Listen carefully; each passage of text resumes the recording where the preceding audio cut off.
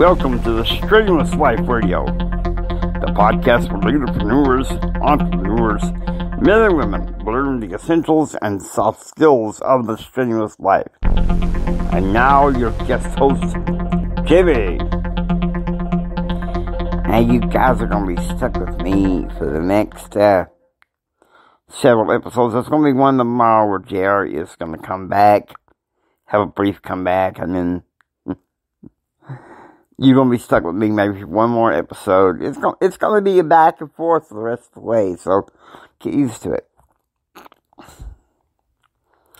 Now, this episode is going to be called Resilience Part 2. Okay. Do you think you can handle something like that? I hope so. Now, we're going to go ahead and go into the Bible.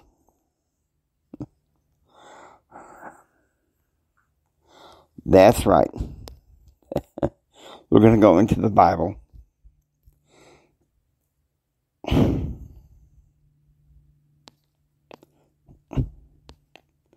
And you're probably like, but why? Why the Bible? Because we need to know what the Bible teaches about resilience. So we're going to go ahead and go into 2 Corinthians chapter 12, 9 through 11. Now, I'll give a little background on that one. Paul has asked the Lord 3 times to remove this thorn in the flesh. Now, of course, Scripture doesn't say exactly what it is, but it was probably one of Satan's tools, you know. Maybe it's discouragement. Well, there's also hints that it might have been depression. But after asking 3 times, verse 9, this is the Lord's reply. And he said unto me, my grace is sufficient for thee, for my strength is made perfect in weakness. Most gladly, therefore, will I rather glory in my infirmities, that the power of Christ may rest upon me. Therefore, I take pleasure in infirmities, reproaches, in necessities, in persecutions,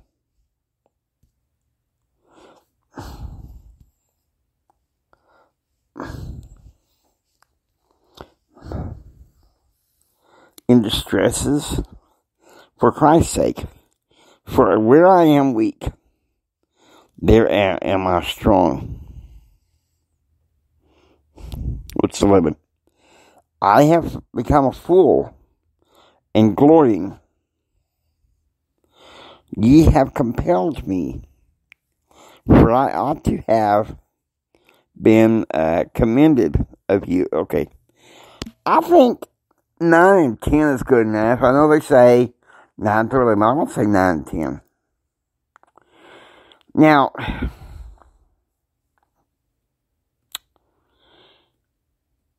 I feel compelled to tell a story of something that happened almost 3.5 years ago. Here I was, January 2019, I'm coasting along nicely. My birthday, I had announced that I was going to become a published author. And I had help getting it proofread and everything. Was coasting along good. Here's the thing. I was not seeing the warning signs in my life. For something that I think looking back, I would never have told anybody. But as sickly as I was as a child, I knew at some point in my adult life that I would have a brush with death. Okay, so I'm going in the 17th of April to go into Toastmasters. I walk into the bank building, and all of a sudden,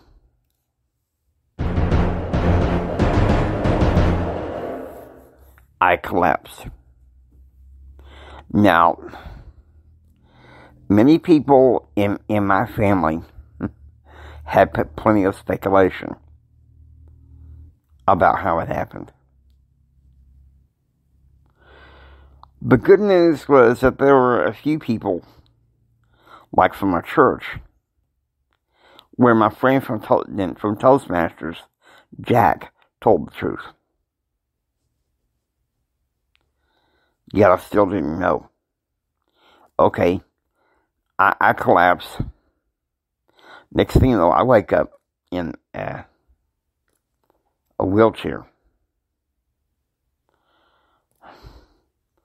I'm barely cognizant of any information that I've given the hospital.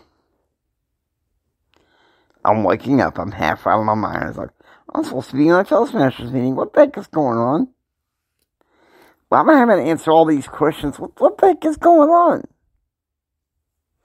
And then I'm escorted to a back room for some head x-rays. I'm thinking, head x-rays? What the heck is going on? After that, fade to black. I don't remember anything for a couple days. And then my good friend Bishop Dave told me, he said, look, you collapsed. And you have a hematoma. You're going to have brain surgery. But you'll be okay. I'm confident that I was. But what happened in my brush after surgery, in my brush with death, was surreal. And I'm sure in this and in my flagship podcast, Empower Your Pattern, I described in depth what was going on here. And I'm not gonna do that. What I will say is that, and many times it took them several days to wake me up. I had people rallying behind me, friends and family,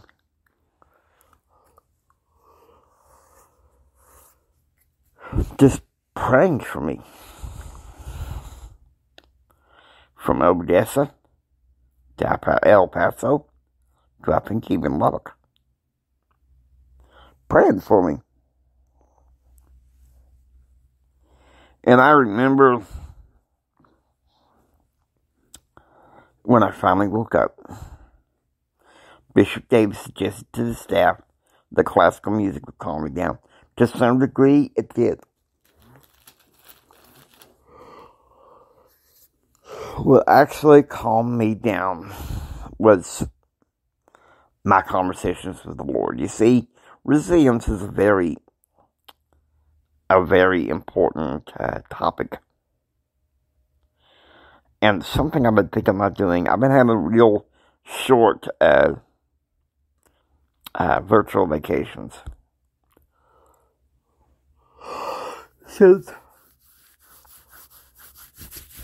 Since July 4th. I know I had a virtual vacation in Baton Rouge for about a week. And so that that kind of helped in some ways. And then I would have, like,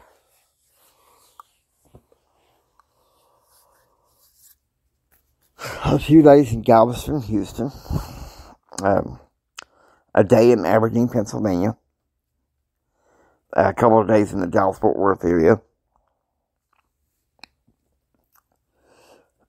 You're saying, well, what's this got to do with resilience? Virtual vacations. They have everything to do with resilience. One thing I could say is this. While I was laid up in the hospital, even more importantly, when I was laid up in the nursing rehab facility in Big Spring, which was managed by my sister's mother-in-law. I was well taken care of. I was getting my memory back. And the fun thing was, I came out. I was real unsure of myself because a lot of people were still scared. And I was blaming myself for the longest time. And then Bishop Dave's wife, Emily, who'd been helping me work on getting the published book, she said, look, let's finish this off and get this published. I'm like, shoot, yeah, let's do it. And so on July 16th of 2019, my book was published. The Winning Personality, a values-based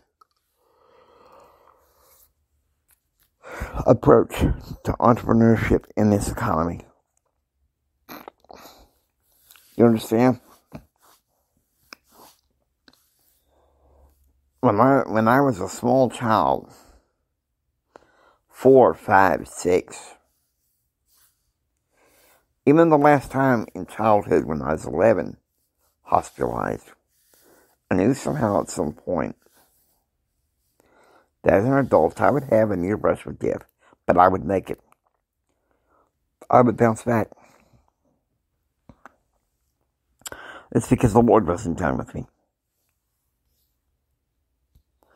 Hope you enjoy listening to Strenuous Life Radio. If you like what you hear, please subscribe and become a part of the Strenuous Life Radio family. Think strong, live strong, and live this strenuous life. God bless you guys.